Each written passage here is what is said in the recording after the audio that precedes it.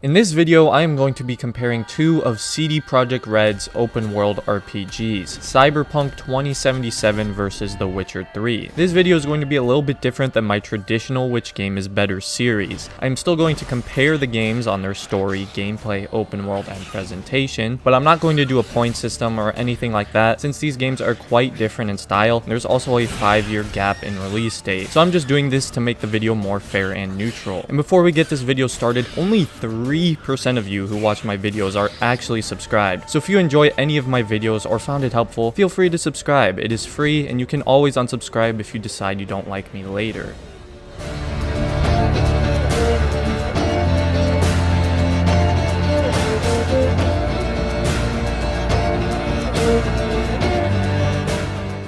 So probably the biggest difference we can identify with both the story from Cyberpunk 2077 and The Witcher 3 is the protagonist. In Cyberpunk, we have V, who's pretty much a blank slate you can customize in any which way you'd like. V himself as a character is very forgettable and insignificant. He's quite often outshined by the colorful and intriguing cast of supporting characters, and he doesn't display any defining traits or characteristics, and he is made that way by design. The whole idea with V is that CD Projekt Red wanted him to feel like he is your character. You are supposed to feel like V, and this is supposed to be your own journey that you are crafting and exploring, and while it gives you this feeling at times, I feel Cyberpunk's story fails at that ultimate goal. All the dialogue options and the freedom to do what we wanted with V still don't make it feel like my character. It just felt like I was playing as this generic and basic character who never really had me extremely invested in their emotions, goals, and motivations. This is why having a well-known, established, and beloved character like Geralt from the Witcher series is much more effective in delivering an emotional story arc that is easier to become connected with and invested in. Now obviously Geralt holds an advantage over V automatically here just because he's had 2 games before The Witcher 3 and countless books, while V is an original and new character. Even with that though, just side by side, I think you can ask anyone and it's clear that Geralt is just straight up a more likable character than V. Sure, both V and Geralt could be labeled as killers and mercenaries since Geralt is pretty much just a mercenary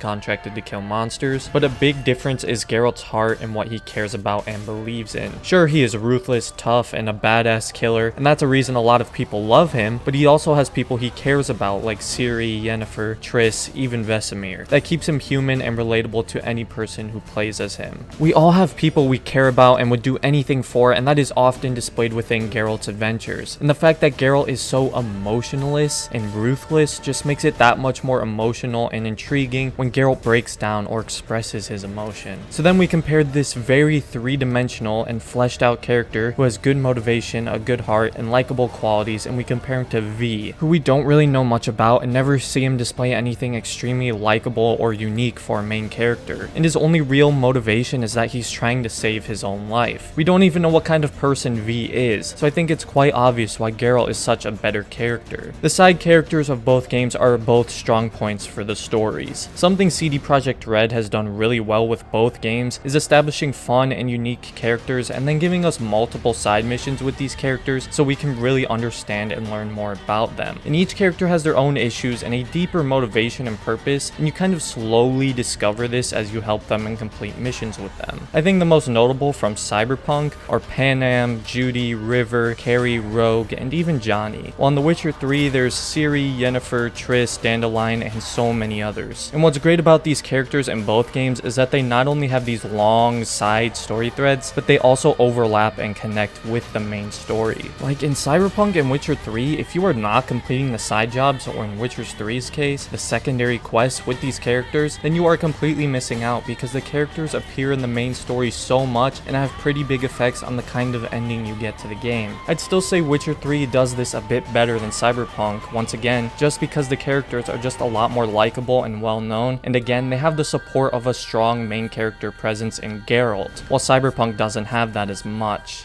But I do think Cyberpunk did a very good job of introducing a lot of new and original characters and actually getting us, the audience, to connect with them and actually care about what happens to them. Probably even more so than V. Now the last thing I want to compare in the story is the pacing of both games' plots. Something CD Projekt Red addressed and purposely changed from The Witcher 3 to Cyberpunk 2077 was the pacing and speed of the main plot. They had noticed that a lot of people never actually finished the main story of The Witcher 3, which First of all, what is wrong with you people? And second, this made them purposely make the story from Cyberpunk significantly shorter by about 15 to 20 hours. Now, I have kind of mixed feelings about this, because yes, by trimming down the length of the story, they are leaving less filler and keeping more intrigue and interest. But also, I can't really imagine The Witcher 3's story having the same impact on me if it wasn't as long. If The Witcher 3 had a shorter story, I don't think I would have cared about the plot, characters, or ending even close to as much. But then again, I didn't find Cyberpunk's plot and characters as engaging, so it's probably a good thing that it didn't have a ridiculously long story because I likely would have gotten bored. The problem with this, however, is that you get some people who don't understand how these type of RPG games are meant to be played and instead just play only the main story and finish it in like 15 hours without exploring any of the side content and story threads, so the impact and emotional hit of the story is nowhere near as high.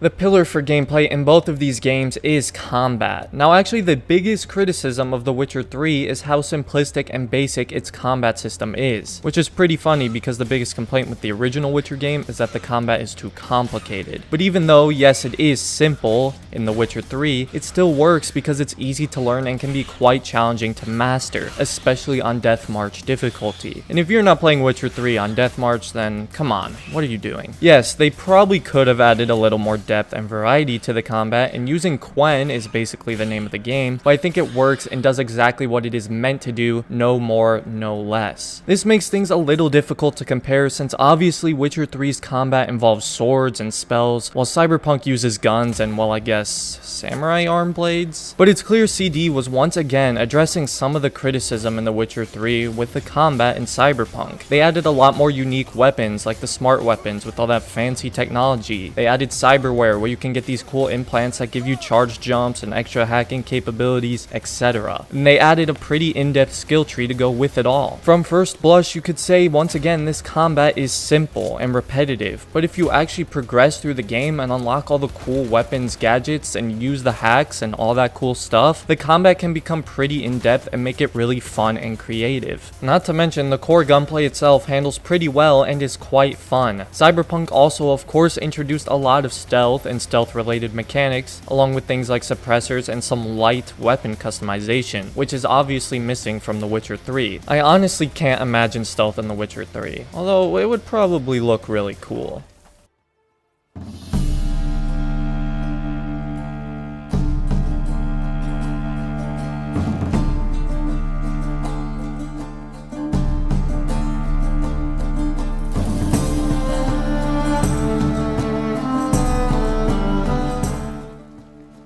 A big strong suit and the reason so many people loved The Witcher 3 and were so excited for Cyberpunk 2077 was the large, freeing open worlds CD Projekt Red creates. They just really know how to nail the atmosphere and tone of their open worlds and just do so well at making it feel immersive and real. I said in my Cyberpunk 2077 review, and a lot of people thought it was crazy when I said Night City was one of the best open worlds I have ever played, and I am completely standing by that claim. Say what you will about the bugs, performance issues, and the story, but you have to admit they really killed it with Night City. One of the reasons I love it so much is because I've always loved large cities. I've always been a bit of a city person growing up in Chicago, and that feeling of insignificance and just the bustle with all the people, cars, and skyscrapers literally makes it feel like you're in your own world. And Night City captures that feeling really well, and like I said, it's the closest thing I've ever felt to it in a video game. All the civilian NPCs and cars honking and people mumbling or talking, it really feels like the real deal, and it feels like the city is alive and moving even when you are not in it. And with the first person view, it's even better. Not to mention Cyberpunk really embraces that futuristic atmosphere with all the holograms, fancy cars, and lights. I think Novigrad from The Witcher 3 also does a really good job of capturing that big city vibe, and instead of the futuristic atmosphere, it embraces that medieval, dirty, and gritty style. The rest of The Witcher 3 definitely has a bigger focus on these more small villages and and the countryside, and I think it does a really great job of introducing variety in its biomes and environments. The differences from places like Velen, Novigrad, Skellige, and even Kaer Morhen are extremely noticeable, and CD really puts emphasis on trying to keep the game feeling like a fresh and fun new adventure, when in reality you really only are in the hunt for one thing. Night City isn't as good in this department because obviously it's in a city, so you can't really have snow biomes or large mountains and different cities and villages to visit. There are the Badlands, but there isn't much out there other than the Aldecado quest lines. I haven't even mentioned the insane level of detail and content in both game worlds though. Night City has lots of random events and little quick encounters you can get into, while in The Witcher 3 you may stumble upon some monsters or people in need, or a Witcher contract of some sorts. Both do a really good job of giving you lots to do and lots of random exploration moments that make the world feel more alive by not only having you interact with it, but by having the worlds interact with you.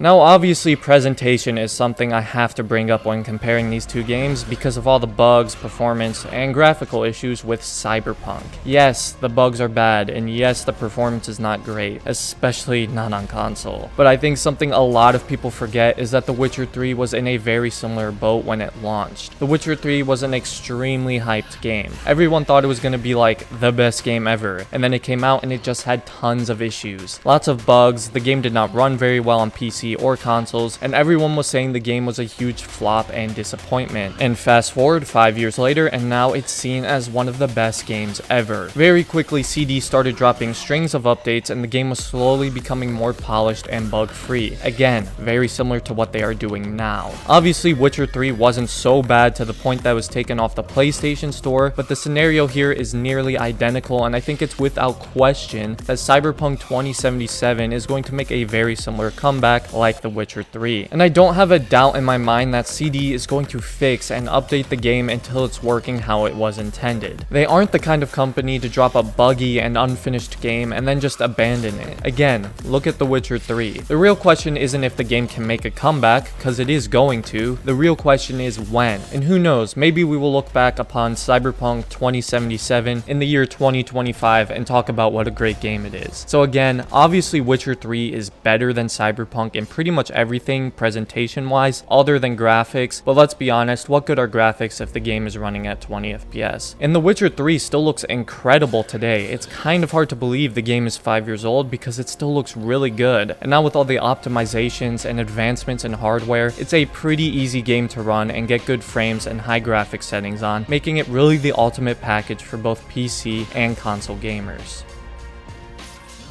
Now to answer the title of the video, the answer is Witcher 3, but don't give up hope on Cyberpunk just yet, ladies and gentlemen. It's a great game covered in layers of bugs and issues, and once CD finishes scraping off those layers, the great game it is will shine through, very similar to how The Witcher 3 has. If you enjoyed the video or found it helpful and maybe it helped you decide which game to buy, then again, you can thank me by leaving a like on the video and subscribing. Thank you for watching and have a great rest of your day, Assassins.